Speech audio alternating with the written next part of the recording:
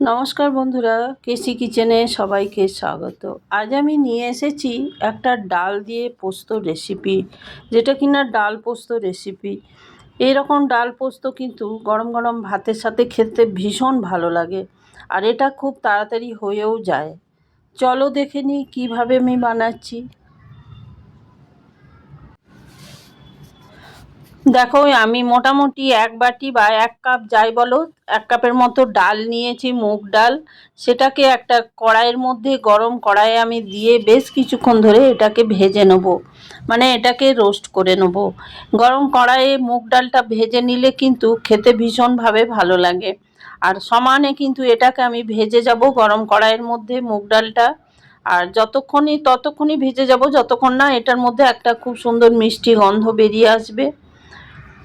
আর এটা একটু ভাজা ভাজা হয়ে গেলে কিন্তু একটু লালচে লালচে হয়ে যাবে। এটা ধ্যান রাখতে হবে বা মনে রাখতে হবে যেন পুড়ে না যায়। পুড়ে গেলে কিন্তু ডাল পোস্তটা ভীষণ খারাপ হয়ে যাবে। দেখো, এটা আমার হয়ে গেছে। হয়ে যাবার পর আমি একটা বাটির মধ্যে ওটা উঠিয়ে রেখে দিলাম। আর ফ্রাই প্যানটা চড়িয়ে আমি আবার এটার মধ্যে জল দিয়ে দিলাম। জলটা আমার গরম হতে থাক। এইদিকে ডালটা আমি ভালো করে কচলে কচলে ধুয়ে নিলাম জল দিয়ে, ফ্রেশ জল দিয়ে, নর্মাল জল দিয়ে। দিয়ে দেওয়ার পর যে জলটা আমি প্যানের মধ্যে দিয়েছি সেটার মধ্যে আমি ডালটা দিয়ে দেবো। তবে ডালের মধ্যে এই জলটা কিন্তু খুব বেশি রকম দেয়া যাবে না, খুব কম দিতে হবে, কেন ডালটা একদম মাখা মাখা শুকনো শুকনো করে নিতে হবে। ওইদিকে আমার ডালটা সেদ্ধ হতে থাক, ততক্ষণে আমি পোস্তটা পিষে নিচ্ছি। 1/2 কাপের মতো আমি পোস্ত দিয়েছি। প্রথমে আমি শুকনো পোস্তটাকে গুঁড়ো করে নিলাম, তারপরে আমি এটার মধ্যে জল দিয়ে পিষে নেব। প্রথমে কিন্তু শুকনো পিষে নিলে কি হয়, পুরো চারদিকে জল দিয়ে ছিটিয়ে যায় না, খুব সুন্দরভাবে পেস্টটা হয়ে যায়। দেখো, আমি ওইদিকে পেস্ট করে রেখে দিলাম। এইদিকে আমি ফিরে এসে দেখাচ্ছি। দেখো, ডালটা একদম ফুটে গেছে। আর ফেনাগুলো আমি একটু একটু করে উঠিয়ে ফেলে দেবো। সমস্ত যে ফেনাগুলো আছে ডালের, সেগুলো ফেলে দেবো।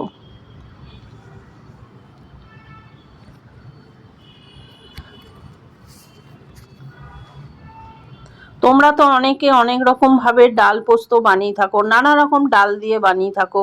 এরকম মুগ ডাল দিয়ে বানালে কিন্তু গরম ভাতের সাথে খেতে ভীষণ ভালো লাগে। আর এটা খুব সহজে হয়ে যায়, অফিসের সময় বা স্কুলের সময় খুব তাড়াতাড়ি এটা সকালবেলায় বানিয়ে দিতে পারো তোমরা। দেখো, এটা আমি নাড়তে নাড়তে আমার আরেকটু বাকি ছিল সেদ্ধ হতে। তারপরে আবার আমি ঢাকা দিয়ে মোটামুটি 3-4 মিনিটের মতো রেখে দিয়েছিলাম। 3-4 মিনিট পর ঢাকা খুলে দেখাচ্ছি। দেখো, সেদ্ধ আমার হয়ে গেছে মোটামুটি। আর ডালটা একদম গলে যাবে না, আর একটু দানা দানা বা পাতা পাতা থাকবে, তবেই জানবে ডালটা ভালো হবে। হয়ে যাওয়ার পরে দেখো, আমি একটা পাত্রের মধ্যে ডালটাকে উঠিয়ে রেখে দিলাম। রেখে দেওয়ার পরে ওই প্যানটা আবার আমি ধুয়ে চড়িয়ে দিলাম। চড়িয়ে দেওয়ার পর এর মধ্যে আমি কিছুটা সর্ষের তেল দিয়ে দিলাম। তবে এইটাতে কিন্তু সর্ষের তেলটা একটু বেশি রকমই লাগে, কেন কি তলেই খেতে ভীষণ ভালো লাগে। তেলটা গরম হয়ে যাওয়ার পর 1 চামচের মতো আমি কালো জিরে ফোড়ন দিয়ে দিলাম। কালো জিরেটা ভালো করে ভাজা হয়ে যাওয়া পর্যন্ত আমি নেড়ে যাব একটুখানি। নেড়ে যাবার পর একটা বড় সাইজের পেঁয়াজকে খুব ছোট ছোট করে কেটে রেখেছি, সেই পেঁয়াজটা আমি এটার মধ্যে দিয়ে দিলাম। এটার মধ্যে তেলটাও যতটা বেশি লাগে আর পেঁয়াজটাও একটু বেশি দিলে কিন্তু খেতে ভীষণভাবে ভালো লাগে। এবারে পেঁয়াজটাকে আমি লাল লাল হওয়া পর্যন্ত নেড়ে যাব বা ভেজে যাব সমানে। এরই মাঝখানে আমি পরিমাণ মতো নুন দিয়ে দিলাম। কতটা আমার পোস্ত আছে, কতটা আমার ডাল আছে, সেই আন্দাজ করে নুনটা দিতে হবে। আর 1/2 চামচের মতো আমি হলুদ দিয়ে দিলাম। আমি কিন্তু ডালটা যখন সেদ্ধ করেছি তার মধ্যে কোনো রকম নুন দিইনি।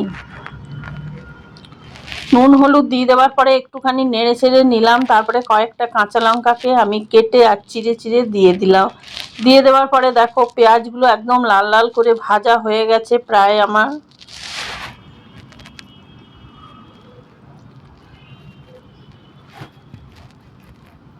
পেঁয়াজটা যত ভালো করে ভাজা হবে ততই কিন্তু রেসিপিটা খেতে ভীষণ ভালো হয়।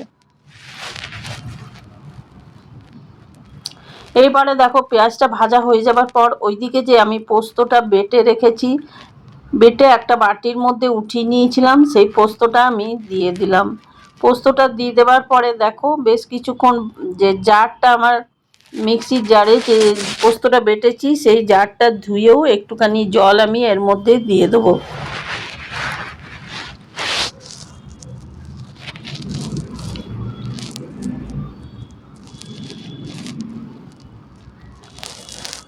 খুবই কম জল দিতে হবে, খুব বেশি রকম জল কিন্তু দেয়া যাবে না, একটুখানি দিতে হবে। মোটামুটি 2-3 চামচের মতোই আমি জল দিয়েছি। জল দেওয়ার পরে পুরো পোস্তটাকে পেঁয়াজের সঙ্গে একটুখানি ভালো করে কিন্তু ফুটিয়ে নিতে হবে।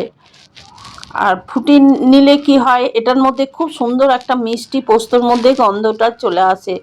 পোস্তটায় 1 মিনিটের মতো নেড়ে নিলাম। নেড়ে নেবার পর ওইদিকে যে মুগ ডালটা আমি সেদ্ধ করে রেখেছি সেই মুগ ডালটা আমি পোস্তটার মধ্যে দিয়ে দিলাম।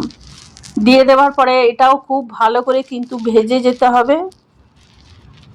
মুগ ডাল আর পোস্তটা দুটোই কিন্তু খুব ভালো করে নেড়ে যেতে হবে, তাহলে কিন্তু যেটুকু জল আছে ডালের মধ্যে সেই জলটাও কিন্তু টেনে নেবে।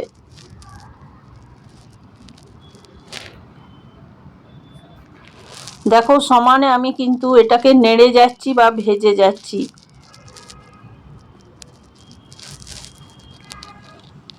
এটা মোটামুটি 3-4 মিনিটের মতো আমি এটাকে নেড়ে গেছি বা ভেজে গেছি। যেহেতু মুগ ডাল আছে সেই জন্য একটুখানি ভালো করে ভাজতে হবে, তাহলে কিন্তু খেতে ভীষণভাবে ভালো লাগবে। এরপরে দেখো ভাজা মোটামুটি আমার অনেকটাই হয়ে গেছে। হয়ে যাওয়ার পর আমি কিছুটা ধনে পাতা ওপর থেকে ছড়িয়ে দিলাম। ছড়িয়ে দেওয়ার পর আরও কিছুক্ষণ 1 মিনিটের মতো আরও এটাকে আমি নেড়ে নেব বা ভেজে নেব। তাহলে কি হবে, ধনে পাতাটা পুরো ডাল পোস্তর মধ্যে মিশে যাবে আর খেতে ভীষণভাবে ভালো লাগবে। তারপরে দেখো আমার হয়ে গেছে। হয়ে যাবার পর আমি নামিয়ে নিলাম। নামিয়ে একটা বাটির মধ্যে সমস্তটা উঠিয়ে দিলাম। উঠিয়ে আমি কয়েকটা কাঁচা লঙ্কা আর 1 চামচের মতো সর্ষের তেল ওপর থেকে ছড়িয়ে দিলাম। তোমরা যদি চাও বা তাহলে তোমরা 1 চামচের মতো ঘিও দিতে পারো। আমি 1 চামচের মতো তেল দিয়ে দিলাম। আমার রেসিপি যদি তোমাদের ভালো লেগে থাকে তো লাইক, শেয়ার ও কমেন্ট অতি অবশ্যই করে দিও। নতুন বন্ধুদের সাবস্ক্রাইব করার অনুরোধ রইল। তোমরা সকলে ভালো থেকো, সুস্থ থেকো।